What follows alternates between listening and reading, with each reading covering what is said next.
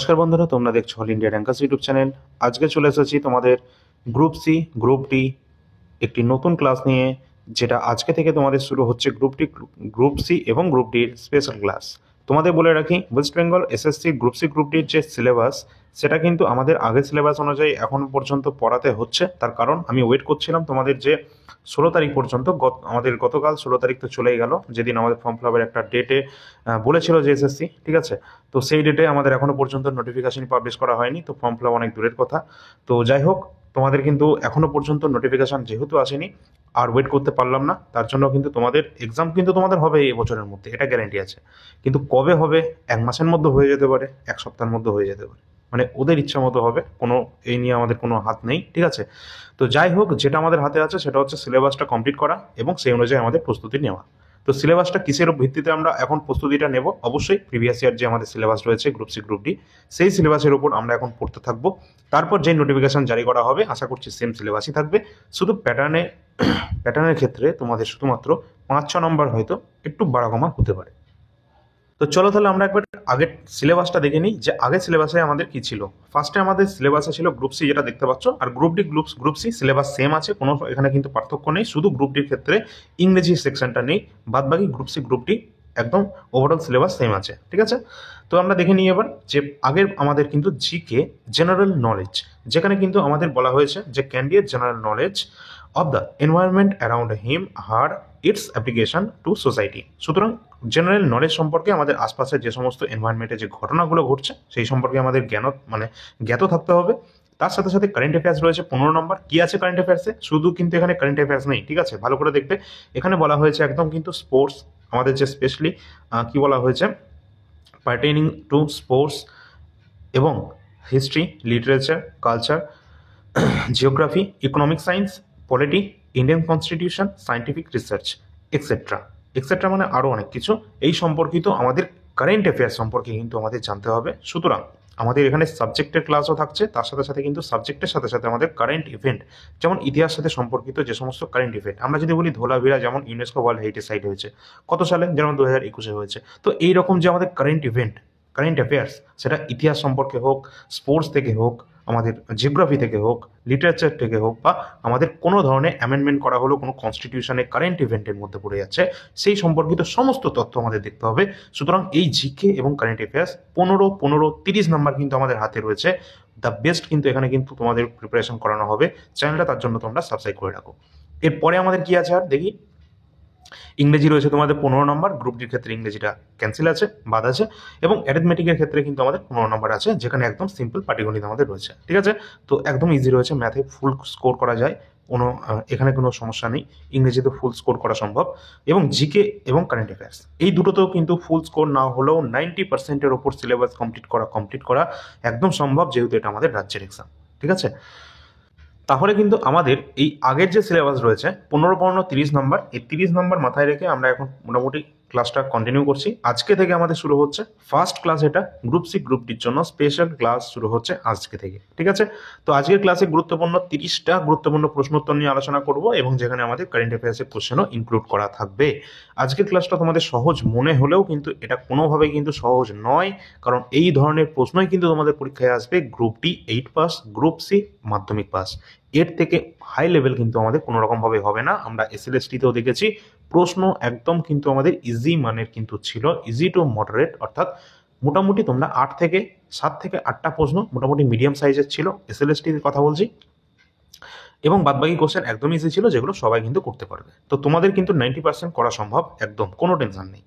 তো যাই হোক, আমরা 30টা প্রশ্ন মাথায় রেখে আজকের আমাদের ক্লাসটা শুরু করছি। তোমরা যারা নতুন রয়েছে অবশ্যই সকলে একটা লাইক করে দেবে, শেয়ার করে দেবে, সাবস্ক্রাইব এখনই করে রাখো, যাতে চ্যানেলটা মিস না হয়ে যায়, ঠিক আছে।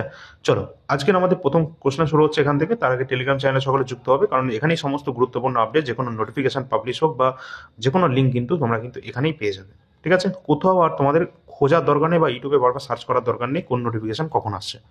যাই হোক, এখানে আমাদের প্রথম প্রশ্ন আজকে শুরু হচ্ছে, পৃথিবীর যমজ গ্রহ কোনটাকে বলা হয়? তো প্রথমে আমাদের দেখতে হবে যে আমাদের যে সোলার সিস্টেম রয়েছে, সৌরজগৎ, সেই সম্পর্কে আমাদের দেখতে হবে। তো আমরা দেখবো যে এই যে পৃথিবীর যমজ গ্রহ, যেটাকে বলা হয়ে থাকে শুক্রকে, শুক্রকে শুধু পৃথিবীর যমজ গ্রহ বলা হয় না, শুক্র গ্রহকে বলা হয় সন্ধ্যা তারা এবং শুক তারাও বলা হয়ে থাকে। সৌরজগতের আমরা যদি বলি সব থেকে উজ্জ্বলতম গ্রহ কোনটা, তাহলে কিন্তু এই শুক্রই হলো বা ভেনাস, ইনিই কিন্তু একমাত্র আমাদের সৌরজগতের উজ্জ্বলতম গ্রহ। ঠিক আছে, এবং এর সাথে সাথে এটাও তোমাদের দেখতে হবে যে সৌরজগতের সব থেকে হটেস্ট প্ল্যানেট, সব থেকে গরম গ্রহ কোনটা। বুধ কিন্তু সৌরজগতের সবচেয়ে কাছে অবস্থান করছে সূর্যের, তা সত্ত্বেও বুধ কিন্তু সৌরজগতের একদম হটেস্ট প্ল্যানেট নয়। এই আমাদের শুক্র গ্রহ, যে কিন্তু সৌরজগতের সব থেকে তোমাদের গরম কিন্তু উষ্ণতম গ্রহ হচ্ছে এই শুক্র। এটাকেই বলা হয় আর্থ টুইন। এবং এর সম্পর্কে আরও কিছু আমাদের দেখে নিতে হবে, যেমন শুক্র গ্রহ আর ইউরেনাস গ্রহ, এরা দুজন কিন্তু আমাদের কোন দিক থেকে কোন দিকে ঘোরে এটা কিন্তু জিজ্ঞাসা করা হয়। এটা কিন্তু আমাদের পূর্ব থেকে পশ্চিম দিকে এরা কিন্তু ঘোরে, পূর্ব থেকে পশ্চিমে। আর বাদবাকি অন্যান্য গ্রহ যেমন আমাদের পৃথিবী, তারা কিন্তু পশ্চিম থেকে পূর্ব দিকে ঘুরতে থাকে। ঠিক আছে, তো এই সম্পর্কিত সমস্ত তথ্য তোমরা দেখবে। তার সাথে সাথে তোমরা সৌরজগৎ সম্পর্কে তোমাদের একটু জেনে রাখা উচিত। সৌরজগতে প্রথম যে আমাদের গ্রহ রয়েছে সেটা কিন্তু বুধ, সব থেকে কাছের গ্রহ সূর্যের, এবং তারপরে অবস্থান করছে এই শুক্র গ্রহ। তারপর আমাদের পৃথিবী রয়েছে, মঙ্গল রয়েছে। এই মঙ্গলের পরে কিন্তু রয়েছে একটা বেল্ট। ঠিক আছে, এই বেল্টের নাম হচ্ছে অ্যাস্ট্রয়েড বেল্ট। এই বেল্টে অবস্থান করছে একটা ডার্ক প্ল্যানেট বা বামন গ্রহ, যার নাম সেরেস। সেরেস যে প্ল্যানেট রয়েছে, এটা কিন্তু অবস্থান করছে এই অ্যাস্ট্রয়েড বেল্টে। এই অ্যাস্ট্রয়েড বেল্ট কিন্তু সৌরজগতের এই টোটাল 8টা গ্রহকে শ্রেণীবিভাগ করছে। কিভাবে? একটাকে বলা হচ্ছে ইনার প্ল্যানেট, যেটা এই যে সূর্যের চারটে কাছে রয়েছে, সেটাকে বলা হচ্ছে ইনার প্ল্যানেট। এবং এটাকে বলা হচ্ছে আউটার প্ল্যানেট। এবং এই গ্রহগুলোকে বলা হচ্ছে পার্থিব গ্রহ। এবং এই সমস্ত যে পরের যে 4টে গ্রহ রয়েছে, এটাকে বলা হচ্ছে গ্যাসীয় গ্রহ, কারণ এদের মধ্যে গ্যাসের ভাব সব থেকে বেশি রয়েছে। কোন কোন গ্রহগুলো এরা? এরা প্রথমেই রয়েছে সৌরজগতের বৃহত্তম গ্রহ জুপিটার, বৃহস্পতি। তারপরে রয়েছে শনি, তারপর রয়েছে ইউরেনাস, দেন রয়েছে নেপচুন। এই নেপচুনের পর আবার আরেকটা বেল্ট রয়েছে, যেটা হচ্ছে কুইপার বেল্ট। ঠিক আছে, তো এইভাবে কিন্তু পরপর অবস্থান করছে। এবং এই সমস্ত নেপচুনের পরে অবস্থান করছে প্লুটো, মেঘমেঘ, হিউমিয়া। ঠিক আছে, এরা অবস্থান করছে। কিন্তু প্লুটো কিন্তু 2006 সালে বামন গ্রহ এটাকে কিন্তু বামন গ্রহে কিন্তু ফেলা হয়েছে, কারণ এটাকে কিন্তু ডিক্লেয়ার করা হয়েছে অ্যাজ এ বামন গ্রহ, ডার্ক প্ল্যানেট রূপে। আর এই প্লুটোর কিন্তু নিজের ঠিকমতো কোনো কক্ষপথ না থাকায়, অর্থাৎ প্লুটো কখনো এর কক্ষপথে চলে যাচ্ছে তো কখনো ওর কক্ষপথ, অর্থাৎ নির্দিষ্ট কোনো এর কক্ষপথ না থাকার জন্য 2006 সালে ইন্টারন্যাশনাল অ্যাস্ট্রোনমিক্যাল ইউনিয়ন IAU একে কিন্তু 2006-তে বামন গ্রহে কিন্তু রূপান্তরিত করে। তো এই সমস্ত আমাদের তথ্যগুলো দেখে নিতে অবশ্যই হতো। চলো আমরা পরবর্তী কোশ্চেনে আসি। পরের আমাদের যে প্রশ্ন রয়েছে সেটা রয়েছে, সম্প্রতি ভারতের 15তম উপরাষ্ট্রপতি নির্বাচিত হয়েছেন, তার নাম কি? তো আমরা দেখেছিলাম আমাদের ভারতের এর আগের 14তম যিনি উপরাষ্ট্রপতি ছিলেন, তিনি ছিলেন জগদীপ ধনখড়। তিনি কিন্তু ওয়েস্ট বেঙ্গলের ফর্মার গভর্নর ছিলেন, এবং ইনি কিন্তু তার অসুস্থতার কারণ দেখিয়ে তিনি কিন্তু তার পদ থেকে ইস্তফা দিয়েছেন। তো এখানে আমাদের দেখে নিতে হবে, বর্তমানে কিন্তু আবার উপরাষ্ট্রপতি নির্বাচনও হয়েছে, এবং 15তম কিন্তু আমাদের যে উপরাষ্ট্রপতি তিনি হয়েছেন সিপি রাধাকৃষ্ণন। কে? সিপি রাধাকৃষ্ণন 15তম উপরাষ্ট্রপতি পদে নির্বাচিত হয়েছেন। এবং এখান থেকে আমাদের কিন্তু এটাও দেখতে হবে যে উপরাষ্ট্রপতি পদটা কিন্তু এর সাথে সাথে আমাদের রাজ্যসভার যে চেয়ারম্যানের পদ রয়েছে না, সেটাও কিন্তু খালি হয়ে গেছিল, তাই তো? কারণ আমরা জানি যে আমাদের যে উপরাষ্ট্রপতি রয়েছেন, যেটা হচ্ছে vice president, is the x officio chairman of the Rajya Sabha. এই কারণে কিন্তু এটা কত নম্বর আর্টিকেলে বলা আছে তোমরা সকলে বলবে এটা। এবং তিনি কিন্তু বর্তমানে আমাদের যে 15তম উপরাষ্ট্রপতি নির্বাচন হলেন সিপি রাধাকৃষ্ণন, ইনি কিন্তু বর্তমানে চেয়ারম্যান হয়ে গেলেন কোথাকার? এই আমাদের যেটা রয়েছে সংসদের উচ্চকক্ষ এবং নিম্নকক্ষ, উচ্চকক্ষ যেটা রয়েছে রাজ্যসভা, তার কিন্তু চেয়ারম্যান হয়ে গেলেন। ঠিক আছে, এবার আমাদের দেখতে হবে যে উপরাষ্ট্রপতি পদে ন্যূনতম বয়সসীমা কত? 35 ইয়ার্স। অবশ্যই ভারতের নাগরিক হতে হবে। এবং উপরাষ্ট্রপতি সম্পর্কে আমাদের ভারতের কত নম্বর আর্টিকেলে বলা রয়েছে? 63 নম্বর আর্টিকেলে কিন্তু বলা রয়েছে। উপরাষ্ট্রপতিকে শপথ বাক্য কে পাঠ করাই থাকে? অবশ্যই আমাদের ভারতের রাষ্ট্রপতি এখানে কিন্তু করে থাকে। আমরা দেখেছিলাম যে জগদীপ ধনখড় তিনি যখন তার পদত্যাগপত্র দিয়েছিলেন, সেটা কার কাছে পেশ করেছিলেন? আমরা দেখেছিলাম যিনি কিন্তু অনারেবল আমাদের প্রেসিডেন্টের কাছে তিনি কিন্তু তার পদত্যাগপত্র তিনি কিন্তু জমা দিয়েছিলেন, তাই তো? আর এদের কতদিনের জন্য নিয়োগ করা হয়? অবশ্যই 5 বছরের জন্য নিয়োগ করা হয়, রাষ্ট্রপতি, উপরাষ্ট্রপতি, ঠিক আছে, প্রধানমন্ত্রী, সকলকে। এবার আমাদের এখান থেকে দেখে রাখবে ভারতের প্রথম উপরাষ্ট্রপতি কে ছিলেন। অবশ্যই আমরা জানি যে সর্বপল্লী রাধাকৃষ্ণন, তিনি কিন্তু ভারতের প্রথম উপরাষ্ট্রপতি ছিলেন। এবার তোমাদের জন্য যে প্রশ্নটা ছিল, আমাদের যে ভাইস প্রেসিডেন্ট তিনি x officio chairman of the Rajya Sabha, already প্রশ্নটা চলে এসেছে, যেটা কত নম্বর আর্টিকেলে বলা আছে? এটা বলা আছে আমাদের আর্টিকেল নম্বর 64। ঠিক আছে, চলো পরের প্রশ্ন দেখি। পরের প্রশ্ন দেখবো আমাদের 3 নম্বর কোশ্চেন, ভারতের বৃহত্তম স্বাদু জলের হ্রদ কোনটি? আচ্ছা, তোমাদের কিন্তু ক্লাসটা হয়তো বড় হয়ে যাচ্ছে, কারণ আমাদের এক্সট্রা বলার চেষ্টা করছি আমি একটু তোমাদের এক্সট্রা ইনফরমেশন দেওয়ার। যদি তোমাদের ভালো না লাগে তাহলে সেটা কমেন্ট সেকশনে জানাবে, এক্সট্রা কোনো কিছু, তাহলে তোমাদের শুধু এমসিকিউ কোশ্চেন করানো হবে। তো ভারতের বৃহত্তম স্বাদু জলের হ্রদ কোনটি? আমাদের সঠিক অ্যান্সার হয়ে যাবে উলার হ্রদ। উলার হ্রদ, যেটা ভারতের বৃহত্তম স্বাদু জলের হ্রদ, এটি অবস্থান করছে জম্মু অ্যান্ড কাশ্মীরে।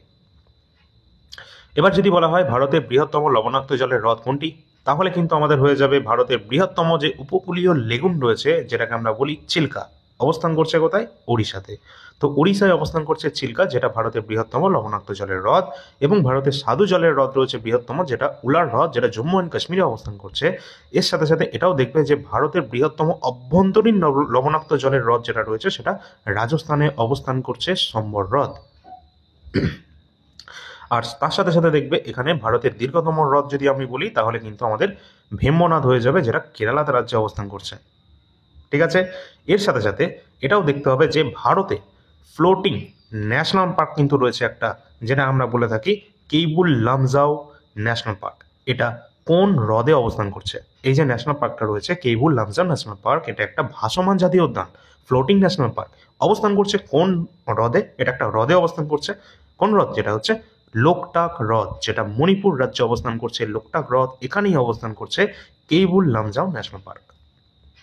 ঠিক আছে, তো যদি ভালো লাগে সকলে একটা করে লাইক করে দেবে, শেয়ার করে দেবে। ঠিক আছে, এছাড়া এই যে প্যাংগং লেক, যেটা অবস্থান করছে কোথায়?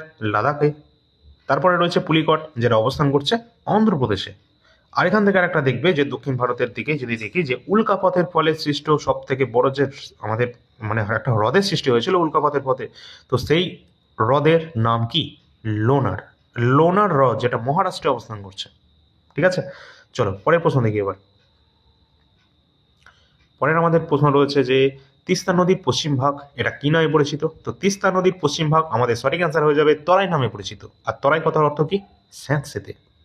ঠিক আছে, আর ডুয়ার্স কথার অর্থ দরজা। পরের প্রশ্ন কি? বর্তমানে আমাদের এসবিআই এর বর্তমান চেয়ারম্যান কে রয়েছেন? সঠিক অ্যান্সার আমাদের হয়ে যাবে চান্না শ্রীনিবাসালু শেট্টি বর্তমানে রয়েছেন আমাদের এসবিআই এর chairman, state bank of India. এটি কবে প্রতিষ্ঠিত হয়েছিল এসবিআই? 1 জুলাই 1955। 1 জুলাই 1955 সালে প্রতিষ্ঠিত হয় আমাদের স্টেট ব্যাংক অফ ইন্ডিয়া। এটার হেডকোয়ার্টার অবস্থান করছে মহারাষ্ট্রের মুম্বাই শহরে, এবং এর বর্তমান কারেন্ট চেয়ারম্যান রয়েছেন চান্না শ্রীনিবাসালু শেট্টি। আর তোমরা কমেন্ট সেকশনে জানাবে এই যে এসবিআই ব্যাংক রয়েছে এর একটি পুরনো নাম রয়েছে, সেই পুরনো নামটি কি, সেই নামটা তোমরা কমেন্ট সেকশনে জানিয়ে দেবে।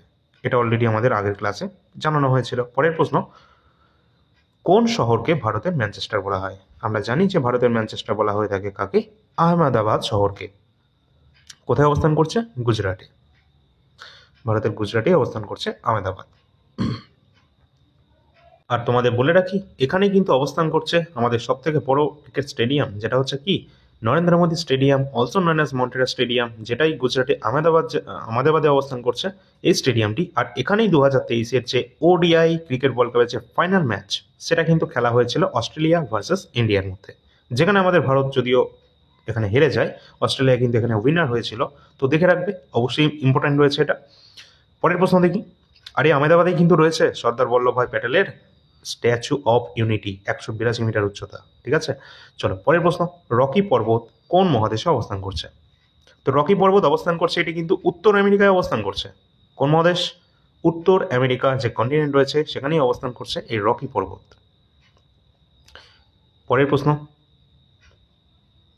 বাণভট্ট কোন রাজার সভাকবি ছিলেন? তো আমাদের সঠিক অ্যান্সার হয়ে যাবে বাণভট্ট ছিলেন হর্ষবর্ধনের সভাকবি ছিলেন এই বাণভট্ট। এখানে কিন্তু দেখবে যে হর্ষবর্ধন তিনি কিন্তু পুষ্যবতী বংশের রাজা ছিলেন। তার পিতার নাম কি ছিল? প্রভাকর বর্ধন ছিল, আমরা জানি। আর তার সময় তো ইনি ছিলেনই বাণভট্ট। এখানে কিন্তু দেখবে যে হর্ষবর্ধনের সময়কালে কিন্তু একজন সৈনিক ভারত এসেছিলেন, তার নাম কি? তার নাম ছিল হিউয়েন সাং। হিউয়েন সাং এসেছিলেন হর্ষবর্ধনের সময়। হিউয়েন সাংয়ের লেখার গ্রন্থের নাম কি? সি ইউকি। ঠিক আছে, তো এখান থেকে কিন্তু এগুলো গুরুত্বপূর্ণ রয়েছে। এছাড়া হর্ষবর্ধন তিনি কিন্তু তিন তিনটে না, অনেকগুলো তিনি রচনা করেছিলেন তার বিভিন্ন গ্রন্থ। যেমন কি কি? নাগানন্দ, প্রিয়দর্শিকা, রত্নাবলী, এগুলো কিন্তু হর্ষবর্ধনের রচনা করেছিলেন। ঠিক আছে, এর সাথে সাথে দেখবে হর্ষবর্ধনের রাজধানী কোথায় ছিল? থানেশ্বর কিন্তু ছিল হর্ষবর্ধনের রাজধানী। পরবর্তীতে তিনি কনৌজে তার রাজধানীকে স্থানান্তর করেছিলেন। ঠিক আছে, তো এই সমস্ত গুরুত্বপূর্ণ যে বিষয়গুলো আমাদের দেখে নিতে হবে হর্ষবর্ধন সম্পর্কে। পরবর্তী প্রশ্ন যাওয়ার আগে তোমাদের বলে রাখি, অবশ্যই আমাদের কাছে যে কারেন্ট অ্যাফেয়ার্সের পিডিএফটি তোমরা দেখতে পাচ্ছ, কেউ কিন্তু এটা হাতছাড়া করবে না, কারণ এখান থেকে প্রশ্ন আসতে বাধ্য রয়েছে। কি প্রশ্ন আসবে? কারেন্ট অ্যাফেয়ার্স আমাদের গ্রুপ সি গ্রুপ ডি দুজনের ক্ষেত্রেই আমাদের যে আগের বছরের এক্সামের সিলেবাস অনুসারে 15 নম্বর বলা ছিল, কিন্তু আমি ধরে নিচ্ছি তোমাদের অন অ্যান অ্যাভারেজ 7 থেকে 8টা কারেন্ট অ্যাফেয়ার্স আসবেই আসবে, সেটা গ্রুপ সি হোক বা গ্রুপ ডি। তো কারেন্ট অ্যাফেয়ার্স যেহেতু আসছে, আর এই এক্সামের জন্য তোমাদের একটা নম্বর ইম্পর্টেন্ট, কারণ এখানে ওল্ড ক্যান্ডিডেট এবং নিউ ক্যান্ডিডেট পরীক্ষা দেবে, যেমন এসএলএসটিতে পরীক্ষা দিয়েছে। ঠিক আছে, তো এখানেও কিন্তু অভিজ্ঞতার ভিত্তিতে ওদেরকে হয়তো কিছু অ্যাডভান্টেজ দেওয়া হতে পারে। তার জন্য যারা নিউ ক্যান্ডিডেট রয়েছে, তোমাদের 1 নম্বরও ছাড়া যাবে না। তার জন্য কিন্তু তোমাদের যে কারেন্ট অ্যাফেয়ার্স এখানে যেটা রয়েছে, জানুয়ারি থেকে আগস্ট পর্যন্ত 2025-এর কমপ্লিট কারেন্ট অ্যাফেয়ার্স বাংলা ভাষায় পাচ্ছ। The best quality of content এখানে দেওয়া রয়েছে, আমি তোমাদের দেখিয়েও দেবো কি কি রয়েছে এখানে। আশা করা যাচ্ছে তোমাদের কিন্তু 7 থেকে 8টা কারেন্ট অ্যাফেয়ার্স থাকবেই। ঠিক আছে, তো এর থেকে কম তো থাকবেই না, বেশি থাকার সম্ভাবনা আছে। প্রশ্ন তোমরা দেখতে পাচ্ছ লেভেল কি লেভেলের রয়েছে এখানে, এসএসসি, রেলওয়ে, এই সমস্ত এক্সামে অলরেডি কমন চলে এসেছে আমাদের পিডিএফ থেকে। সুতরাং এটা তো রাজ্যের এক্সাম, এখানে 100% কমন আসবে, নিঃসন্দেহে কিন্তু তোমরা নিয়ে নেবে। কি কি রয়েছে এখানে? টোটাল কিন্তু 450+ কোশ্চেন রয়েছে পার মান্থ। যে কোনো মাসে তোমরা 20 টাকা পার মান্থ পেমেন্ট করে নিতে পারবে, যে কোনো মাসের জন্য তোমরা নিতে পারবে, কোনো সমস্যা নেই। এবং এই যে নাম্বার রয়েছে এখানে, হোয়াটসঅ্যাপ নাম্বার দেওয়া রয়েছে, এই নাম্বারে তোমরা যোগাযোগ করবে যে কোনো পিডিএফ এর জন্য, এবং এই নাম্বারের লিঙ্ক ভিডিওর ডিসক্রিপশন বক্স এবং কমেন্ট সেকশনে দেওয়া থাকবে। টোটাল জানুয়ারি থেকে আগস্ট পর্যন্ত 2025-এরটা অ্যাভেলেবেল রয়েছে 20 পার মান্থ। এছাড়া 2024-এর কারেন্ট অ্যাফেয়ার্স তোমাদের পড়তে হবে। 2024-এর কারেন্ট অ্যাফেয়ার্স তোমাদের একটা জিস্ট মতো করে দেওয়া আছে, যেখানে কিন্তু তোমাদের টোটাল 1200 কোশ্চেন পাবে মান্থ ওয়াইজ। তার সাথে সাথে পাবে হচ্ছে 50টা পেজের একটি জিস্ট, যেটা হচ্ছে মোস্ট ইম্পর্টেন্ট। তো টোটাল 2024-এর কারেন্ট অ্যাফেয়ার্স যেটা পাবে 80 টাকার মধ্যে সেটা তোমরা পেয়ে যাবে।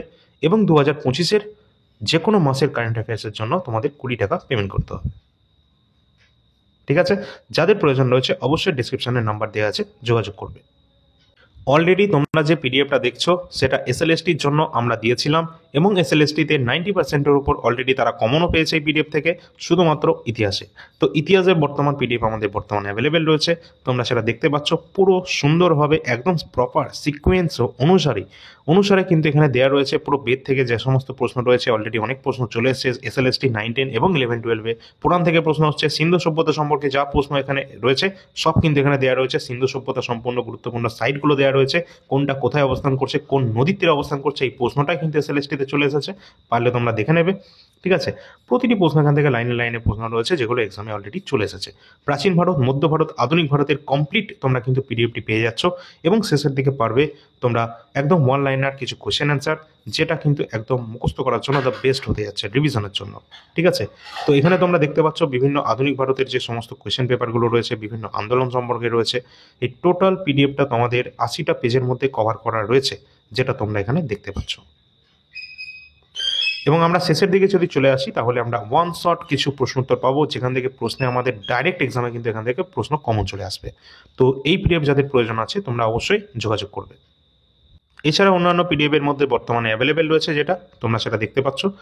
এখানকার মধ্যে কারেন্ট অ্যাফেয়ার্স তো তোমাদের বলেই দিয়েছি, 2024-এ 80-র মধ্যে পাবে, এবং 2025 রয়েছে। এছাড়া রেলওয়ের যারা পরীক্ষার্থী রয়েছে তারা কিন্তু অবশ্যই প্রিভিয়াস ইয়ার যে প্রশ্ন, সামনে আমাদের রেলওয়ে গ্রুপ ডি এক্সাম রয়েছে, যেটা 17 নভেম্বর থেকে এক্সাম রয়েছে, ডিসেম্বর পর্যন্ত চলবে। তাদের জন্য বায়োলজিটা মোস্ট ইম্পর্টেন্ট রয়েছে। তার সাথে সাথে এনটিপিসির যে 2025-এর কোশ্চেন পেপার, সেটা কিন্তু অবশ্যই তোমাদের পড়ে যেতে হবে, কারণ এখান থেকেই প্রশ্ন আমাদের কমন চলে আসবে। এনটিপিসি গ্র্যাজুয়েট লেভেলটা বর্তমানে অ্যাভেলেবেল রয়েছে, যেটা কিন্তু সাবজেক্ট ওয়াইজ দেওয়া রয়েছে, এবং আরপিএফ এসআইটাও তোমাদের কিন্তু সাবজেক্ট ওয়াইজ দেওয়া রয়েছে।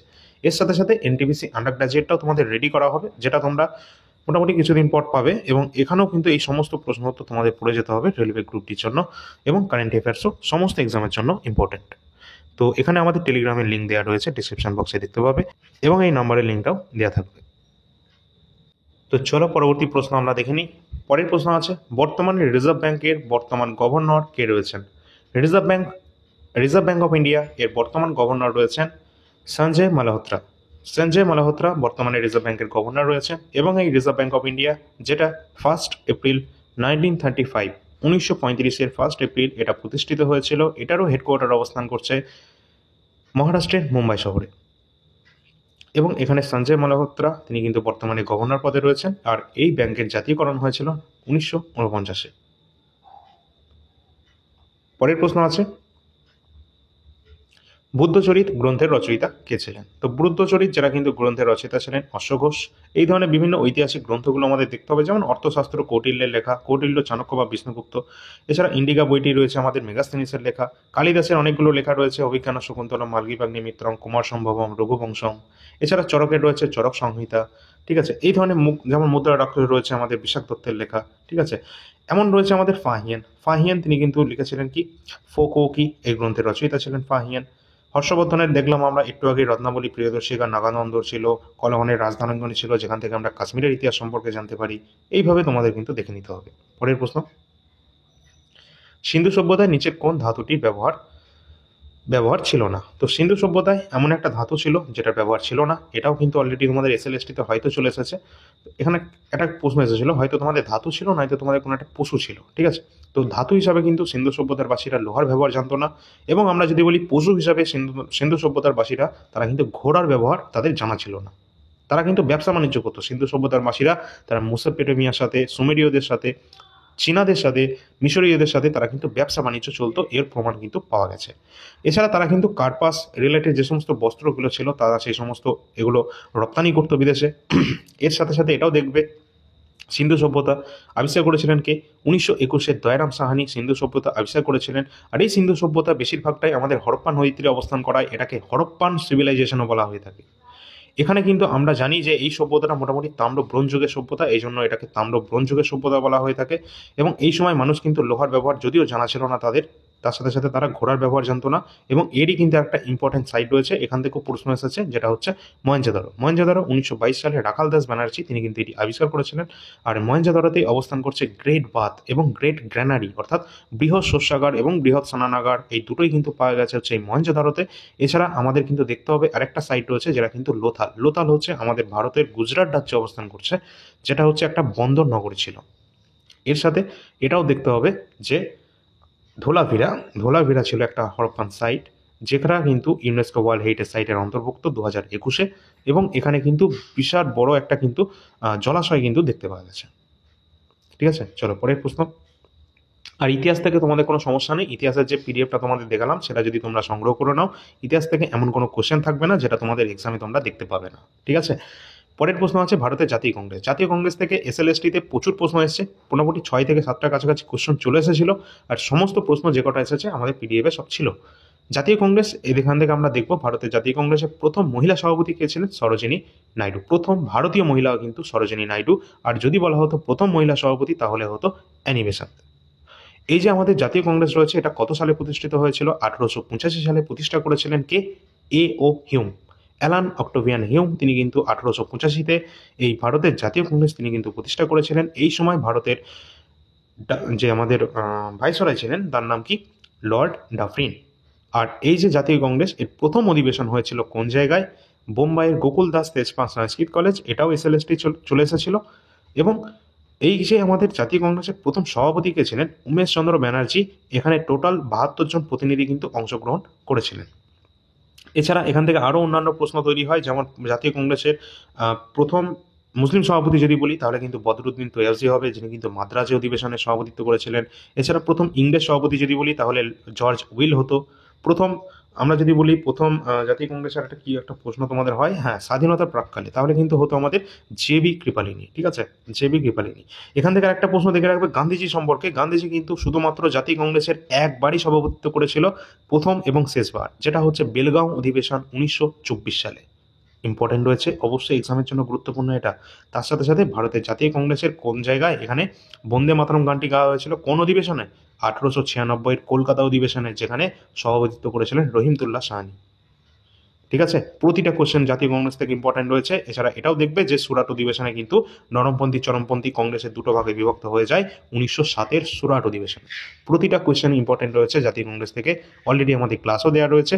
এবং তোমাদের কিন্তু আর এই যে আমাদের 1916 রয়েছে, যেটা কিন্তু লখনৌ চুক্তিতে পুনরায় কিন্তু এই দুটো আবার অ্যাড হয়ে যায়। ঠিক আছে, তো যাই হোক, এখানে কিন্তু দেখে রাখতে হবে আমাদের জাতীয় কংগ্রেস সম্পর্কে টোটাল ক্লাস কিন্তু দেওয়া রয়েছে, তার সাথে আমাদের পিডিএফ যেটা রয়েছে সেখানে সব প্রশ্ন কিন্তু দেওয়া রয়েছে।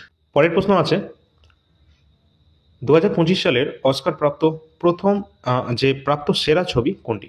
তো আমাদের সঠিক অ্যান্সার হয়ে যাবে 2025 সালে কিন্তু অ্যানোরা যেটা ফিল্ম ছিল সেটা কিন্তু এখানে সেরা ছবি, এই যে অস্কার পুরস্কারটি তারা কিন্তু পেয়েছে অ্যানোরা ফিল্ম।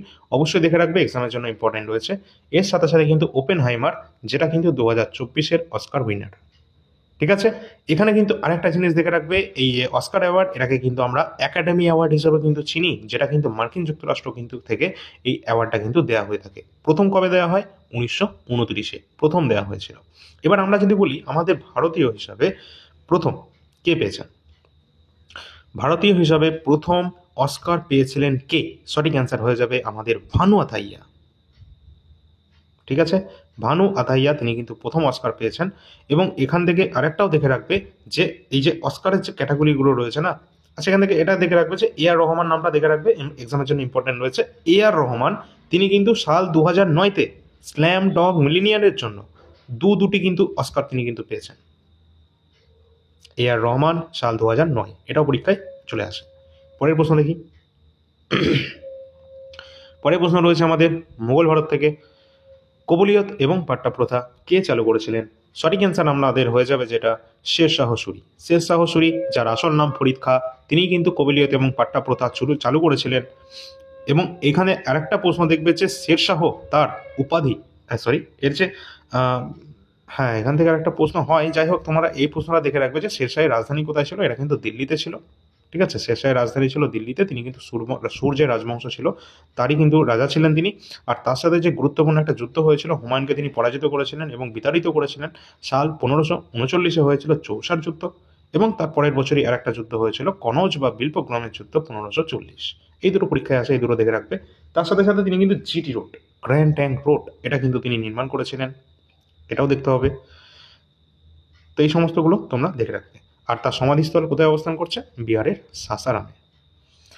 পরের প্রশ্ন আছে, ভারতীয় নাগরিকদের যে মৌলিক কর্তব্য অর্থাৎ ফান্ডামেন্টাল ডিউটি, এর সংখ্যা কত? তো ভারতের যে মৌলিক কর্তব্য রয়েছে ভারতীয়দের জন্য, সেগুলো কিন্তু টোটাল 11টি রয়েছে আমাদের মৌলিক কর্তব্য। মৌলিক কর্তব্য কোথায় রয়েছে? এটা কিন্তু চতুর্থ পার্টে রয়েছে, 4-এর এ পার্টে যেটা রয়েছে। এর সাথে আমাদের দেখতে হবে যে এই যে আমাদের মৌলিক কর্তব্যগুলো রয়েছে সেটা কোন দেশের সংবিধান থেকে নেওয়া হয়েছে? এটা কিন্তু নেওয়া হয়েছে আমাদের রাশিয়ার সংবিধান থেকে।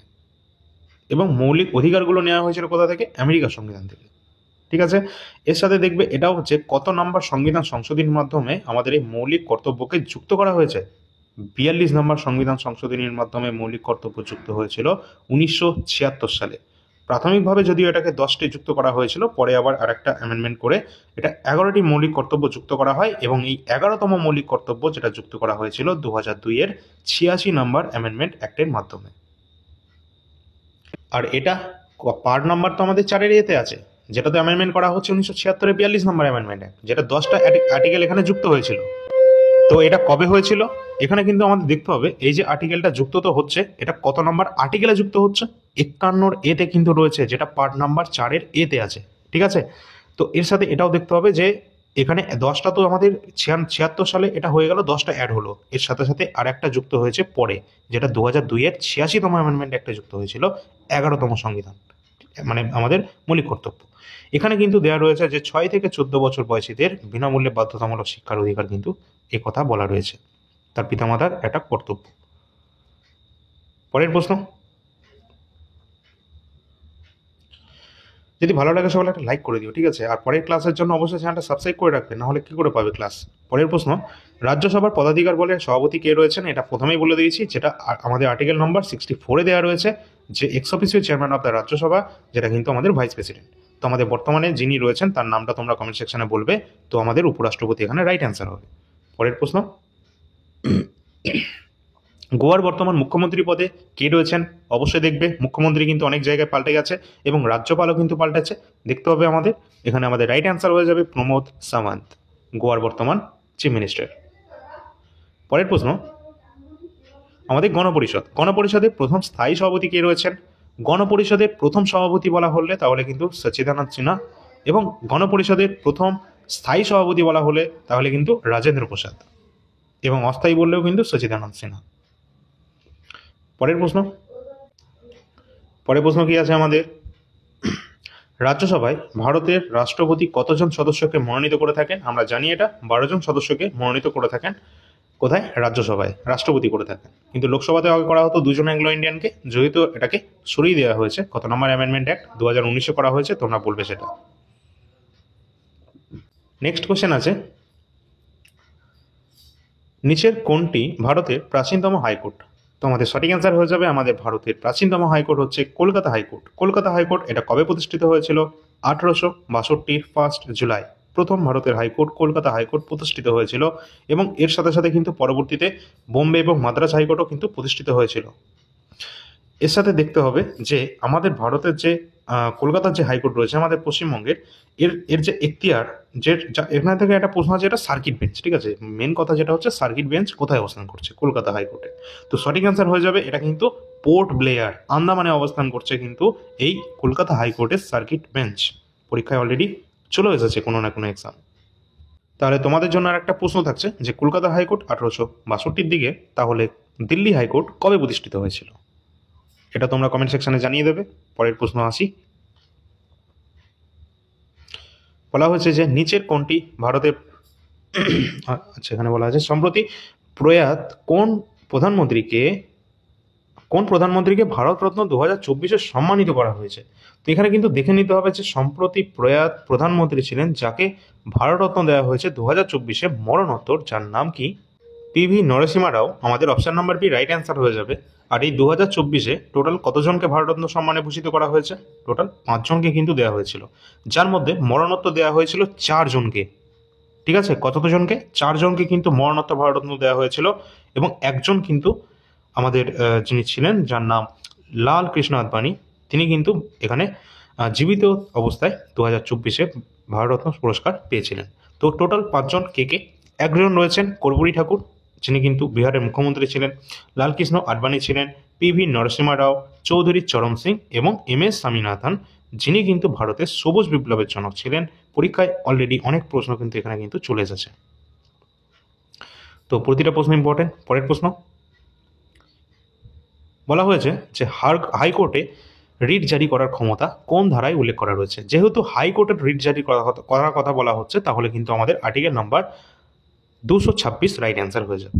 আর্টিকেল নাম্বার 226 অনুসারে আমরা কোনো হাইকোর্টের মাধ্যমে কিন্তু এখানে রিট জারি করা হয়, এবং 32 নম্বর আর্টিকেল যেটা কিন্তু আমাদের রয়েছে, সেটা সুপ্রিম কোর্টকে পাওয়ার দেয় রিট জারি করার জন্য।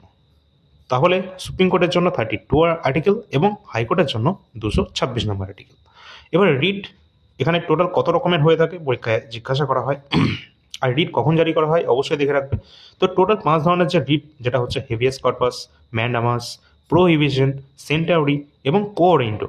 তো এই টোটাল 5 ধরনের কিন্তু আমাদের রিট রয়েছে, যেটা কিন্তু হাইকোর্ট এবং সুপ্রিম কোর্টের মাধ্যমে জারি করা হয়ে থাকে। পরের প্রশ্ন, স্টেট ব্যাংক অফ ইন্ডিয়া এর সদর দপ্তর অবস্থান করছে কোথায়? আমরা দেখে নিয়েছি, স্টেট ব্যাংক অফ ইন্ডিয়া এবং রিজার্ভ ব্যাংক অফ ইন্ডিয়া দুটোরই মুম্বাই, মহারাষ্ট্রে। পরের প্রশ্ন রয়েছে, এই ধরনের প্রশ্ন কিন্তু তোমাদের জিজ্ঞাসা করা হবে, এর থেকে লেভেল কোনো রকমভাবে হাই যাবে না। ভারতে কে প্রথম জাতীয় আয় পরিমাপ করেছিলেন? সঠিক অ্যান্সার হয়ে যাবে দাদাভাই নৌরোজি। দাদাভাই নৌরোজি তিনি কিন্তু প্রথম জাতীয় আয়ের পরিমাপ করেন, এবং poverty and un-British rule in India এই গ্রন্থটি কিন্তু এই দাদাভাই নৌরোজির লেখা।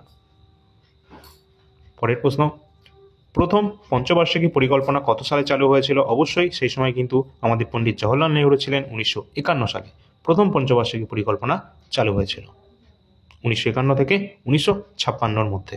অলরেডি পঞ্চবার্ষিকী প্ল্যান সম্পর্কে আমাদের ক্লাস দেওয়া রয়েছে, একদম ডিটেল ক্লাস। বহু সংখ্যক ছাত্রছাত্রী এই ক্লাসটা দেখেছিল, এবং তোমরা কিন্তু অবশ্যই অনেক ভালোবাসাও দিয়েছে এই ক্লাসটিতে। তোমরা কিন্তু সকলে এই ক্লাসটি অবশ্যই দেখে নেবে। এইরকম আমাদের যে সেন্সাসের যে ক্লাসটা রয়েছে সেটাও কিন্তু দেখে নেবে, ইম্পর্টেন্ট এক্সামের জন্য এখান থেকে প্রশ্ন আমাদের প্রতিবার হয়ে থাকে। পরের প্রশ্ন আছে PAN, প্যান এর সম্পূর্ণ রূপ কি হয়ে যাবে? তো প্যান এর full form permanent account number. পরের প্রশ্ন, কলেরা রোগ ছড়ায় কিসের সাহায্যে? সঠিক অ্যান্সার হয়ে যাবে ব্যাকটেরিয়ার মাধ্যমে। পরের প্রশ্ন আছে পিভিসি এর পূর্ণ রূপ কি হয়ে যাবে? যেটা পলিভিনাইল ক্লোরাইড, অপশন নাম্বার এ। পরের প্রশ্ন রয়েছে আমাদের ভিটামিন থেকে, ভিটামিন ডি এর অভাবে শিশুদের মধ্যে কি দেখা যায়? তো অবশ্যই ভিটামিন ডি এর অভাবে শিশুদের ক্ষেত্রে দেখা যায় রিকেট এবং বড়দের ক্ষেত্রে দেখা যায় অস্টিওম্যালেশিয়া। এই যে আমাদের ভিটামিনগুলো রয়েছে অবশ্যই দেখে নেবে, যেমন অন্ধাত্ব, যেটা কিন্তু অবশ্যই আমাদের দেখা যায় ভিটামিন এ এর অভাবে। ভিটামিন এ এর রাসায়নিক নাম কি? অবশ্যই রেটিনল। ভিটামিন এ আমরা সমস্ত ধরনের খাবারে পেয়েই যাই মোটামুটি। এছাড়া অ্যানিমিয়া, যেটা কিন্তু পার্নিসাস অ্যানিমিয়া বা রক্তাল্পতার রোগ হয়ে থাকে, কোন ভিটামিনের অভাবে তোমরা কমেন্টে জানাবে। রিকেট রোগ তো আমাদের ভিটামিন ডি এর অভাবে হয়ে যায়। ভিটামিন ডি এর রাসায়নিক নাম হচ্ছে আমাদের কি? ক্যালসিফেরল। গলাকণ্ঠ রোগ হয়ে থাকে কিসের অভাবে? এটা কিন্তু আমাদের আয়োডিনের অভাবে হয়ে থাকে মোটামুটি। আর এই আয়োডিন কিন্তু আমরা কোথা থেকে পাই? অবশ্যই লবণের মধ্যে কিন্তু আমরা আয়োডিন পেয়ে যাই, কারণ সস্তা লবণের সাথে কিন্তু এখানে আয়োডিন মেশানো হয়ে থাকে। এছাড়া আরও কিছু আমাদের রয়েছে, যেমন স্কারভি রোগ হয়ে থাকে ভিটামিন সি এর অভাবে, যেটার রাসায়নিক নাম রয়েছে আমাদের অ্যাসকর্বিক অ্যাসিড। ঠিক আছে, এর সাথে সাথে ভিটামিন বি1, ভিটামিন কে, যেটা আমাদের রক্ত জমাট বাঁধতে সাহায্য করে অবশ্যই। আর অ্যান্টি ক্যান্সার ভিটামিন কিন্তু বলা হয়ে থাকে ভিটামিন ডি কে, এটাও দেখে নেবে। চলো পরের প্রশ্ন আসি, ডিএনএ এর পুরো নাম কি হয়ে যাবে? ডিএনএ এর full form deoxyribonucleic acid, option number A. RNA full form কি হবে তাহলে? Ribonucleic acid. RNA ribonucleic acid, আর ডিএনএ ডিঅক্সিরাইবোনিউক্লিক অ্যাসিড। তো অবশ্যই আমাদের আজকে 30টা কোশ্চেন ছিল। যদি তোমাদের কোশ্চেনের লেভেল এবং ডিটেলের সলিউশন ভালো লেগে থাকে তাহলে তোমরা কমেন্ট সেকশনে অবশ্যই জানিয়ে দেবে এবং লাইক করে দেবে একটা। তোমরা কমেন্ট সেকশনে যেটা জানাবে যে তোমাদের স্কোর মোটামুটি কত হচ্ছে 30-এর মধ্যে। আর তোমাদের কিন্তু যত বেশি কিন্তু তোমাদের এর থেকে লেভেল কিন্তু উপর হবে না। তোমরা পরীক্ষা হবে, তারপর তোমরা মিলিয়ে নেবে আমার কথার সাথে। এর থেকে লেভেলের ওপরে প্রশ্ন তোমাদের কোনোভাবেই কিন্তু যাবে না, সেটা গ্রুপ সি হোক বা গ্রুপ ডির। শুধুমাত্র লেভেল আপ যদি হয় সেটা কারেন্ট অ্যাফেয়ার্সে হবে। আর কারেন্ট অ্যাফেয়ার্স আমরা যা পিডিএফে দিয়েছি এটা পড়ে গেলে এর বাইরে কোনো কোশ্চেন হবেই না কোশ্চেন, ঠিক আছে, এর বাইরে। কারণ এসএসসি রেলওয়ের মতো এক্সামে আমরা অলরেডি কমন দিয়ে এসেছি। এটা তো আমাদের রাজ্যের গ্রুপ সি গ্রুপ ডির এক্সাম। অবশ্যই তোমরা সকলে একটা করে লাইক এবং শেয়ার করে দেবে, সাবস্ক্রাইব করে রাখবে চ্যানেলটিকে যাতে হারিয়ে না যায়, এবং টেলিগ্রাম চ্যানেলে সকলে যুক্ত হবে। যখনই আমাদের নোটিফিকেশান জারি করা হবে সবার প্রথম তোমরা কিন্তু টেলিগ্রাম চ্যানেলেই পেয়ে যাবে। টেলিগ্রামের লিঙ্কও ভিডিও ডিসক্রিপশন বক্সে দেওয়া থাকবে। আর যে কোনো পিডিএফের জন্য যে নাম্বারটা দেওয়া রয়েছে এই নাম্বারও তোমরা ডিসক্রিপশন বক্স এবং কমেন্ট সেকশনে পেয়ে যাবে, পিন করা থাকবে। এবং এই সমস্ত পিডিএফ অবশ্যই কারেন্ট অ্যাফেয়ার্স সবাই নিয়ে নেবে এটা এখান থেকে। এর বাইরে প্রশ্ন আমাদের ডব্লিউপি কোনো এক্সামে, সেটা এসআই হোক, কনস্টেবল হোক, রেলওয়ের কোনো এক্সাম, এসএসসির কোনো এক্সাম, আমাদের রাজ্যের কোনো এক্সাম, সেটা ডব্লিউবিসিএস পর্যন্ত হোক না কেন, এর বাইরে কারেন্ট অ্যাফেয়ার্স কিন্তু থাকবে না। এছাড়া ইতিহাস টপিক ওয়াইজ যেটা রয়েছে এর বাইরে ইতিহাসের কোনো কোয়েশ্চেন কোনো পরীক্ষায় থাকবে না। অবশ্যই তোমরা মিলিয়ে নিতে পারো, ঠিক আছে। এছাড়া অন্যান্য রেলওয়ের পরীক্ষার্থী হয়ে থাকলে প্রিভিয়াস ইয়ার প্রশ্ন তোমরা অবশ্যই করে যাবে। তো চলো পরবর্তী ক্লাস নিয়ে আসছি। আর নোটিফিকেশান খুব তাড়াতাড়ি হয়তো পাবলিশ হয়ে যাবে, যখনই পাবলিশ করা হবে টেলিগ্রামে তোমরা পেয়ে যাবে। ধন্যবাদ, পরবর্তী ক্লাস নিয়ে আসছি।